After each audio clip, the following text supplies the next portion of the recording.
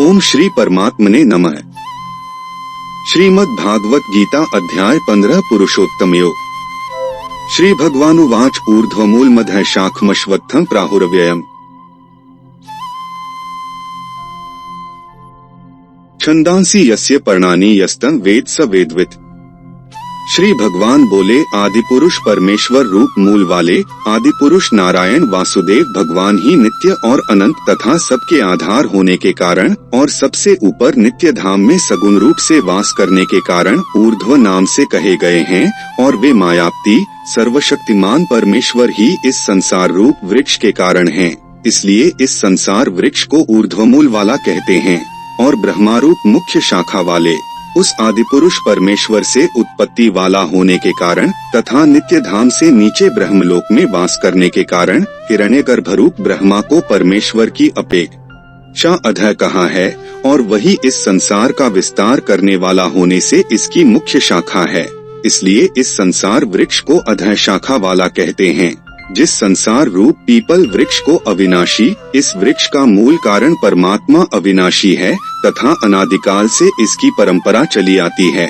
इसलिए इस संसार वृक्ष को अविनाशी कहते हैं।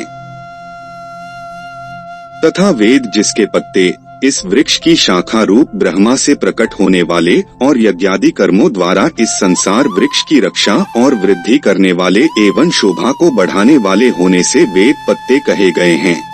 उस संसार रूप वृक्ष को जो पुरुष मूल सहित सत्व से जानता है वह वेद के तात्पर्य को जानने वाला है।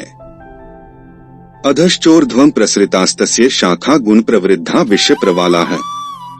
अधश्च मूलान्यनुसंततानि कर्मानुबंधीनि मनुष्यलोके। उस संसार वृक्ष की तीनों गुणों रूप जल के द्वारा बढ़ी हुई एवं विषय भोग रूप कोंपलों वाली शब्द स्पर्श रूप रस और गंध, ये पांचों स्थूल देह और इंद्रियों की अपेक्षा सूक्ष्म होने के कारण उन शाखाओं की कोंपलों के रूप में कहे गए हैं। देव, मनुष्य और तिर्यक आदि योनि रूप शाखाएं मुख्य शाखा रूप ब्रह्मा से संपूर्ण लोकों सहित देव, मनुष्य और तिर्यक आदि योनियों की उत्पत्ति और विस्तार हुआ है। इसलिए उनका यहाँ शाखाओं के रूप में वर्णन किया है। नीचे और ऊपर सर्वत्र फैली हुई हैं तथा मनुष्य लोक में अहंता, ममता और वासना रूप मूलों को केवल मनुष्य योनि में कर्मों के अनुसार बांधने वाली कहने का कारण यह है कि अन्य सब योनियों में तो केवल पूर्वकृत कर्मों के फल को भोगने का ही अधिकार है और मनुष्य योनि में नवीन कर्मों के करने का भी अधिकार है। कर्मों के अनुसार बांधने वाली अहंतामता और वासना रूप जड़ें भी नीचे और ऊपर सभी लोकों में व्याप्त हो रही हैं। न रूपम से तथोपलभ्यते नान्तो न चादिर्न च संप्रतिष्ठा। पथ्मेन सुविरूढ़ मूलम संदशस्त्रेण दृढ़ेन छित्त्वा। इस संसार वृक्ष का स्वरूप जैसा कहा है वैसा यहाँ विचार काल में नहीं पाया जाता। इस संसार का जैसा स्वरूप शास्त्रों में वर्णन किया गया है और जैसा देखा सुना जाता है वैसा तत्व ज्ञान होने के पश्चात नहीं पाया जाता। जिस प्रकार आँख खुलने के पश्चात स्वप्न का संसार नहीं पाया जाता, क्योंकि न तो इसका आदि है, इसका आदि नहीं है। यह कहने का प्रयोजन यह है कि इसकी परंपरा कब से चली आ रही है, इसका कोई पता नहीं है और न अंत है, इसका अंत नहीं है। यह कहने का प्रयोजन यह है कि इसकी परंपरा कब तक चलती रहेगी, इसका कोई पता नहीं है तथा न इसकी अच्छी प्रकार से स्थिति ही है, इसकी अच्छी प्रकार स्थिति भी नहीं है। यह कहने का प्रयोजन यह है कि वास्तव में यह क्षणभंगुर और नाशवान है। इसलिए इस अहंता, ममता और वासना रूप अति दृढ़ मूलों वाले संसार रूप पीपल के वृक्ष को दृढ़ वैराग्य रूप ब्रह्मलोक तक के भोग क्षणिक और नाशवान हैं, ऐसा समझकर इस संसार के समस्त विषय भोगों में सत्ता, सुख, प्रीति और रमणीयता का न भासना ही दृढ़ वैराग्य रूप शस्त्र है। शस्त्र द्वारा काटकर स्थावर जंगम रूप यावन मात्र संसार के चिंतन का तथा अनादिकाल से अज्ञान द्वारा दृढ़ हुई अहंता, ममता और वासना रूप मूलों का त्याग करना ही संसार वृक्ष का अवान्तर मूलों के सहित काटना है। ततः पदं तत्परिमार्गितव्यं यस्मिन्द्रिता न निवर्तन्ति भूयः तमेव चाद्यं पुरुषं प्रपद्ये यतः प्रवृत्तिः प्रसृता पुराणी। उसके पश्चात उस परमदरूप परमेश्वर को भली भांति खोजना चाहिए, जिसमें गए हुए पुरुष फिर लौटकर संसार में नहीं आते, और जिस परमेश्वर से इस पुरातन संसार वृक्ष की प्रवृत्ति विस्तार को प्राप्त हुई है, उसी आदि पुरुष पर ब्रह्म मैं शरण हूँ। इस प्रकार दृढ़ निश्चय करके उस परमेश्वर का मनन और निधिध्यासन करना चाहिए। निर्माण मोह जित्संग दोषा अध्यात्म नित्या विनिवृत्त कामा है। द्वंद्व वैर विमुक्ता सुख दुख गैर गच्छन्त्य मूढ़ा पदम व्ययंतत। जिनका मान और मोह नष्ट हो गया है, जिन्होंने आसक्ति रूप दोष को जीत लिया है, जिनकी परमात्मा के स्वरूप में नित्य स्थिति है और जिनकी कामनाएं पूर्ण रूप से नष्ट हो गई हैं, वे सुख दुख नामक द्वंद्वों से विमुक्त ज्ञानीजन उस अविनाशी परम पद को प्राप्त होते हैं। न तद्भास्यते सूर्यो न शशांको न पावकः, यद्गत्वा न निवर्तन्ते तद्धाम परमम्।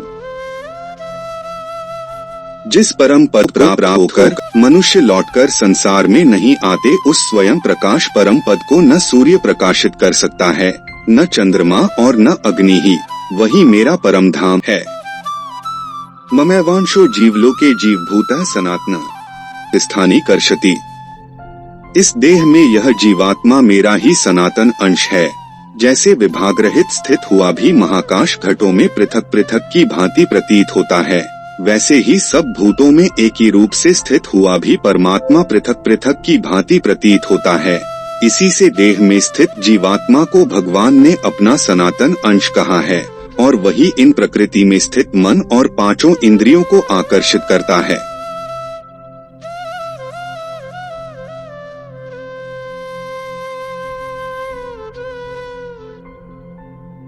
शरीरं यद्वाप्नोति यच्चाप्युत्क्रांतीश्वरः, गृहीत्वैतानि संयाति वायुर्गंधानि वाश्यात्। वायु गंध के स्थान से गंध को जैसे ग्रहण करके ले जाता है, वैसे ही देहादि का स्वामी जीवात्मा भी जिस शरीर का त्याग करता है, उससे इन मन सहित इंद्रियों को ग्रहण करके फिर जिस शरीर को प्राप्त होता है, उसमें जाता है। श्रोत्रं चक्षुः स्पर्शनं च रसनं घ्राणमेव च अधिष्ठाय मनश्चाय विषयानुपसेवते। यह जीवात्मा श्रोत्र, चक्षु और त्वचा को तथा रसना, घ्राण और मन को आश्रय करके अर्थात इन सब के सहारे से ही विषयों का सेवन करता है। उत्क्रामन्तं स्थितं वापि भुंजानं वा गुणान्वितम्, विमूढ़ा नानुपश्यन्ति पश्यन्ति ज्ञानचक्षुषः। शरीर को छोड़कर जाते हुए को अथवा शरीर में स्थित हुए को अथवा विषयों को भोगते हुए को, इस प्रकार तीनों गुणों से युक्त हुए को भी अज्ञानी जन नहीं जानते। केवल ज्ञान रूप नेत्रों वाले विवेकशील ज्ञानी ही तत्व से जानते हैं। यतन्तो योगिनश्चैन पश्यन्त्यात्मन्यवस्थितम्, यतन्तोऽप्यकृतात्मानो नैन पश्यन्त्यचेतसः। यत्न करने वाले योगी जन भी अपने हृदय में स्थित इस आत्मा को तत्व से जानते हैं, किंतु जिन्होंने अपने अंतःकरण को शुद्ध नहीं किया है, ऐसे अज्ञानी जन तो यत्न करते रहने पर भी इस आत्मा को नहीं जानते। यदादित्यक्तं तेजो जगद्भास्यतेऽखिलम्, यच्चन्द्रमसि यच्चाग्नौ तत्तेजो विद्धि मामकम्। सूर्य में स्थित जो तेज संपूर्ण जगत को प्रकाशित करता है, तथा जो तेज चंद्रमा में है और जो अग्नि में है, उसको तू मेरा ही तेज जान। गामाविश्य च भूतानि धारयाम्य मोजसा, उष्णामि चौषधीयः सर्वाः सोमो भूत्वा रसात्मकः। और मैं ही पृथ्वी में प्रवेश करके अपनी शक्ति से सब भूतों को धारण करता हूँ और रसस्वरूप अर्थात अमृतमय चंद्रमा होकर संपूर्ण औषधियों को अर्थात वनस्पतियों को पुष्ट करता हूँ। वैश्वानरो भूत्वा प्राणिना देहमाश्रितः, प्राणापान समायुक्तः पचाम्यन्नम चतुर्विधम्।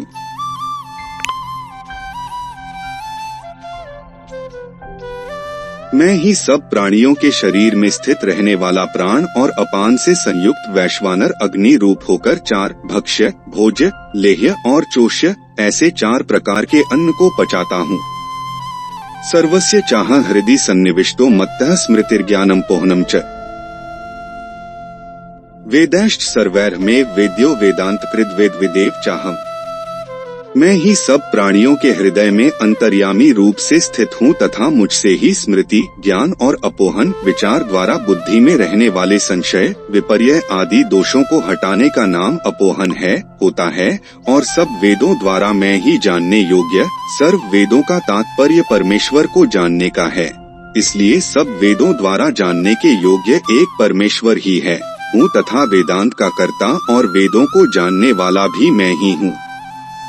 द्वाविमो पुरुषो लोकेक्षरश्चाक्षर एव च क्षरः सर्वाणि भूतानि कूटस्थोक्षर उच्यते। इस संसार में नाशवान और अविनाशी संपूर्ण भूत प्राणियों के शरीर तो नाशवान और जीवात्मा अविनाशी कहा जाता है। उत्तमः पुरुषस्त्वन्यः परमात्मेत्युदाहृतः यो लोकत्रयमाविश्य बिभर्त्य व्यय ईश्वरः। इन दोनों से उत्तम पुरुष तो अन्य ही है जो तीनों लोकों में प्रवेश करके सबका धारण पोषण करता है एवं अविनाशी परमेश्वर और परमात्मा इस प्रकार कहा गया है। यस्मात् क्षरमति तो हमक्षरादपि चोत्तमः अतोस्मि लोके वेदे च प्रथितः पुरुषोत्तमः। क्योंकि मैं नाशवान जड़वर्ग क्षेत्र से तो सर्वथा अतीत हूँ और अविनाशी जीवात्मा से भी उत्तम हूँ, इसलिए लोक में और वेद में भी पुरुषोत्तम नाम से प्रसिद्ध हूँ। यो मामेवं सम्मूढ़ो जानाति पुरुषोत्तमम् स सर्वविद् भजति मां सर्वभावेन भारत।